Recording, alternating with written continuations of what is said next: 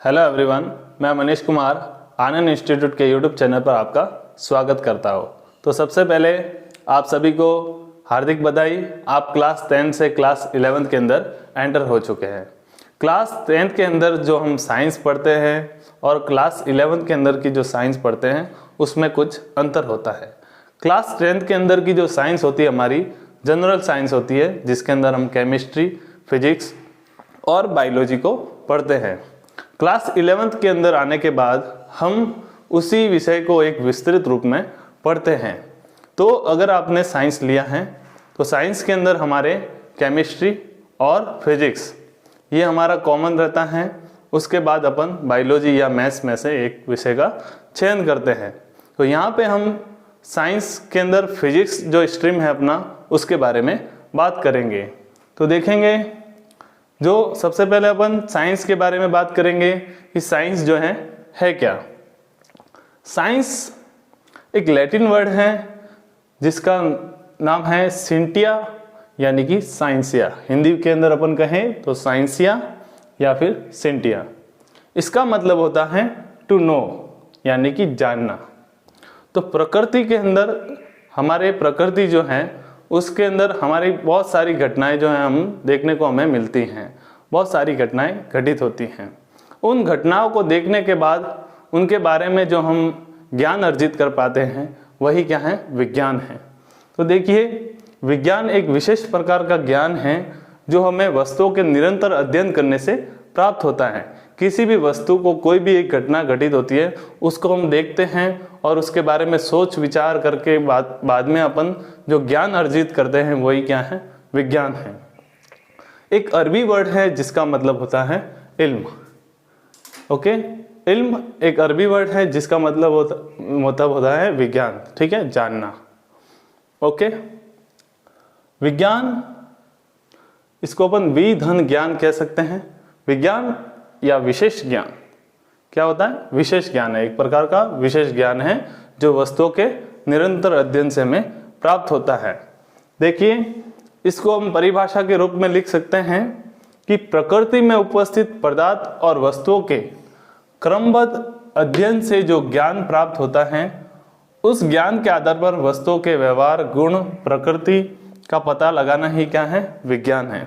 तो हमारे दैनिक जीवन में हम घटनाएं देखती हैं कि इंद्रधनुष बनता है, सूर्य जो है पूर्व से उगता है और पश्चिम में जाके ढल जाता है, बरसात होती हैं, बादल जो है उनके अंदर घर्षण होता है, तो हम देखते हैं कि जो बिजली चमकने लगती हैं। तो ये सारी घटनाएं क्यों होती हैं, इनके बारे में जो हमारे दिल में, जो हमारे मन में जो जिज्ञासा होती है इन चीज़ों को लेके, और उस जिज्ञासा के आधार पर ही हम उनके बारे में जो है अध्ययन कर पाते हैं और सोच विचार करके हम उसके ज्ञान को अर्जित करते हैं, वही क्या है, विज्ञान है। तो एक प्रकार से अगर हम परिभाषा के रूप में कहें तो हम कह सकते हैं कि प्रकृति के विषय में क्रमबद्ध, व्यवस्थित और संगठित ज्ञान ही क्या है, विज्ञान है। हमने कोई एक चीज़ देखी, आज देखी, और हमने एकदम आज ही नहीं कह सकते हैं कि ये चीज़ ऐसे होती है। उसके विषय में हमें उसका परीक्षण करना पड़ेगा, हमें उसको बार बार देखना पड़ेगा, यहाँ पे होती है, दूसरी जगह होती है या नहीं है, और उसे हमें प्रयोग करना पड़ेगा। प्रयोग करने के बाद हम किसी निष्कर्ष पर पहुँच सकते हैं कि ये घटना इस तरीके से होती है। तो एक प्रकार का क्रमबद्ध और व्यवस्थित और संगठित ज्ञान ही क्या है, विज्ञान है। अब विज्ञान की अलग अलग शाखाएं हैं जिसमें भौतिक विज्ञान, रसायन विज्ञान और जीव विज्ञान है। ठीक है, तो यहाँ हम भौतिक विज्ञान की बात करेंगे।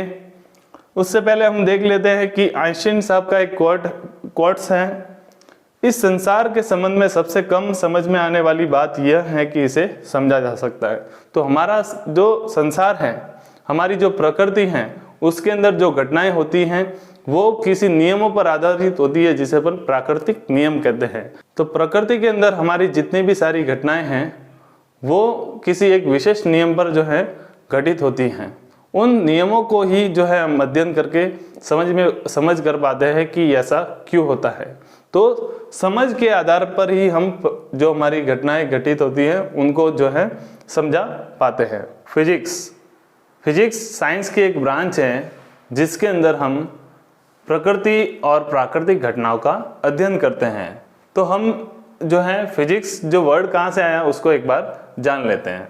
तो फिजिक्स जो है ग्रीक भाषा के शब्द फूसिस से बना है, जिसका मतलब होता है नेचर, और नेचर का मतलब आप जानते हैं प्रकृति। तो प्रकृति और प्राकृतिक घटनाओं का अध्ययन वही क्या है, फिजिक्स है।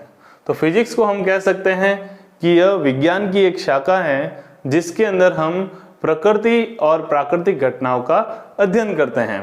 तो विज्ञान की वह शाखा जिसके अंतर्गत प्रकृति तथा प्राकृतिक घटनाओं का अध्ययन किया जाता है भौतिक विज्ञान कहते हैं। हमारी जो प्रकृति है वो द्रव्य और ऊर्जा से मिलकर बनी है। तो हम कह सकते हैं कि प्रकृति जो है द्रव्य प्लस ऊर्जा उसका सम्मिलित रूप है। तो इसकी एक परिभाषा और हो सकती है कि भौतिकी विज्ञान की वह शाखा है जिसमें द्रव्य, ऊर्जा तथा उसकी अंतर क्रिया का अध्ययन किया जाता है। ठीक है, ये तो हो गई हमारी परिभाषा। ठीक है, फिजिक्स जो है उसके अंदर हम पढ़ते क्या हैं। तो फिजिक्स जो है एक ऑब्जर्वेशन और फैक्ट बेस्ड स्टडी है। फिजिक्स के अंदर हम जादू टोना या अपन कह सकते हैं इल्यूजन उसके बारे में नहीं पढ़ते हैं। यह कोई भी एक घटना घटित होती है तो वो क्यों घटित होती हैं उसका ऑब्जर्वेशन लेते हैं, फिर उसके बारे में हम कंक्लूजन यानी निष्कर्ष तक पहुंचते हैं और उसके बाद हम उसका अध्ययन कर पाते हैं। ठीक है, तो जैसे हमारे पास एक एग्जाम्पल है, न्यूटन साहब पेड़ के नीचे बैठे थे और वहाँ पे सेब उनके सर पर गिरता है। तो उनके दिमाग में एक ख्याल आता है कि ये आसपास क्यों नहीं गिरा या ऊपर क्यों नहीं गया। तो वहाँ से उन्होंने जो सोचा कि नीचे ही क्यों गिरा, फिर उसके बाद में उन्होंने यह जो प्रयोग हैं अलग अलग जगहों पर किया और पता किया कि सब जगह ऐसा होता है या नहीं होता है। उसके बाद जो है गुरुत्वाकर्षण के नियम का जो है उद्भव हुआ और उन्होंने हमें गुरुत्वाकर्षण का नियम दिया। तो इस तरीके से जो है ये एक ऑब्जर्वेशन और फैक्ट बेस्ड स्टडी है। इनका स्टडी करने के बाद ही कोई नियम बनता है। तो फिजिक्स के अंदर हम कोई जो है भ्रांतियों के बारे में नहीं पढ़ते हैं। ओके, और फिजिक्स के अंदर जो हमारे नियम होते हैं वो क्या होते हैं, फैक्ट बेस। ओके, और यूनिवर्सल होता है। यूनिवर्सल यानी कोई घटना हमारे अगर शिवगंज में हो रही है तो वो ही सिरोही में जो है हो जाएगी। ठीक है, वो घटना वहाँ पे भी घटित होती होंगी, तो उसी का हम स्टडी करते हैं। और ये क्या है, एवर डायनेमिक है। कहने का मतलब क्या है कि फिजिक्स के अंदर अगर कोई भी एक नियम बना है तो जरूरी नहीं है कि वो ही होगा। आप उसके बारे में स्टडी करके बता सकते हैं कि इस तरीके से ये नियम जो है यहाँ पे रॉन्ग हो रहा है या सही हो रहा है। तो इसमें जो नियम जो सिद्धांत होते हैं वो बदले जा सकते हैं। तो फिजिक्स के अंदर हमारे एक प्रकाश का चैप्टर है, उसके अंदर हम प्रकाश के कणीय प्रकृति और तरंग प्रकृति के बारे में पढ़ते हैं। तो पहले कणीय प्रकृति आई, फिर तरंग प्रकृति आई। तो एक ही प्रकाश है और उसके अलग अलग जो है प्रकृति बताई, दो प्रकृति बताई। तो ये ऑब्जर्वेशन के आधार पर हम इसके बारे में जो है कह सकते हैं कि यह जो है एकदम फिक्स नहीं है, इसमें नियम जो है बदले जा सकते हैं। तो अब हम क्लास 11th में जो हमारा फिजिक्स का सिलेबस है उसके बारे में देखते हैं। तो चलिए शुरू करते हैं अपना फिजिक्स का सिलेबस के बारे में जानते हैं। देखिए, फर्स्ट चैप्टर जो अपना रहने वाला है भौतिक जगत यानी कि फिजिकल वर्ल्ड। फिजिकल वर्ल्ड यानी हमारे आसपास का जितना भी जो जगत है, हमारा जो संसार है, उसके अंदर जो है घटनाएं किस तरीके से घटित होती हैं उनके बारे में अपन अध्ययन करेंगे। ठीक है, और वहीं हम जानेंगे कि हमारे प्रकृति के अंदर मूलभूत बल जो हैं वो 4 बल हैं, उनके बारे में भी अध्ययन करेंगे। उसके बाद अपना चैप्टर रहता है मात्रक और मापन यानी कि यूनिट और मेजरमेंट। तो हमारी जितनी भी दैनिक जीवन में जितनी भी सारी फिजिकल क्वांटिटीज हैं यानी कि भौतिक राशियां हैं, उन सभी के बारे में हमें मापन जो है वो बहुत जरूरी होता है। तो फिजिक्स जो जब शुरू करते हैं हम, तो उसमें अपन मात्रक और मापन को पहले स्टार्ट करते हैं। ओके, नेक्स्ट है अपना सरल रेखा में गति। सरल रेखा में गति यानी कि मोशन इन स्ट्रेट लाइन। अगर कोई भी वस्तु एक सीधी रेखा में गति करती हैं तो उसे अपन सरल रेखा में गति कहते हैं। और उसके अंदर जो है सरल रेखा में जो गतियाँ होती हैं उनके जो समीकरण हैं वो इस चैप्टर के अंदर हम पढ़ेंगे। तो यहाँ पे एक बात मैं आपको बता दूं कि हमारा जो सिलेबस है वो NCERT बेस्ड है। अभी से हमारा जो सिलेबस है वो NCERT लागू हो गया है। तो इसके अंदर हमारे 15 चैप्टर रहते हैं। 4th चैप्टर है हमारा समतल में गति यानी motion in plane. Motion in plane यानी कि 2 दिशाओं में गति। हम अगर कोई पत्थर फेंकते हैं तो वो सीधा भी जाता है और ऊपर भी जाता है, तो ये क्या हो गया, द्विविमीय गति। तो समतल में गति जो है वो इसके अंदर पढ़ेंगे।